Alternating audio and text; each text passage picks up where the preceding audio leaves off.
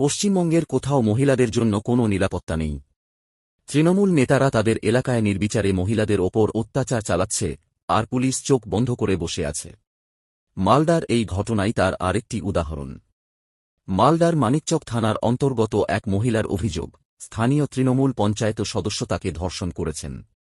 নির্যাতিতার পরিবার জানিয়েছে, অভিযুক্ত দীর্ঘদিন ধরে তাকে হুমকি দিচ্ছিল।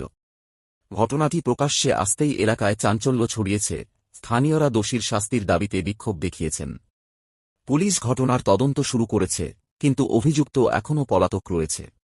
রাজনৈতিক মহলে এই ঘটনা নিয়ে বিতর্ক শুরু হয়েছে। বিরোধীরা তৃণমূল সরকারের আইনের শাসন নিয়ে প্রশ্ন তুলছেন। তৃণমূল কংগ্রেসের তরফে জানানো হয়েছে, দোষী প্রমাণিত হলে কড়া ব্যবস্থা নেওয়া হবে। নির্যাতিতার পরিবার দোষীর কঠোর শাস্তির দাবি জানিয়েছে এবং পুলিশের ভূমিকা নিয়ে প্রশ্ন তুলেছে। প্রতিদিন অসংখ্য ধর্ষণ, যৌন হেনস্থা ও হত্যার ঘটনা প্রকাশ্যে আসছে, যেখানে অভিযুক্তরা শাসক দল তৃণমূলের সঙ্গে যুক্ত। প্রশাসন কার্যত কোনো পদক্ষেপ নিচ্ছে না। মুখ্যমন্ত্রী হয় চুপ থাকছেন, নয়তো নির্যাতিতাদেরই দোষ দিচ্ছেন।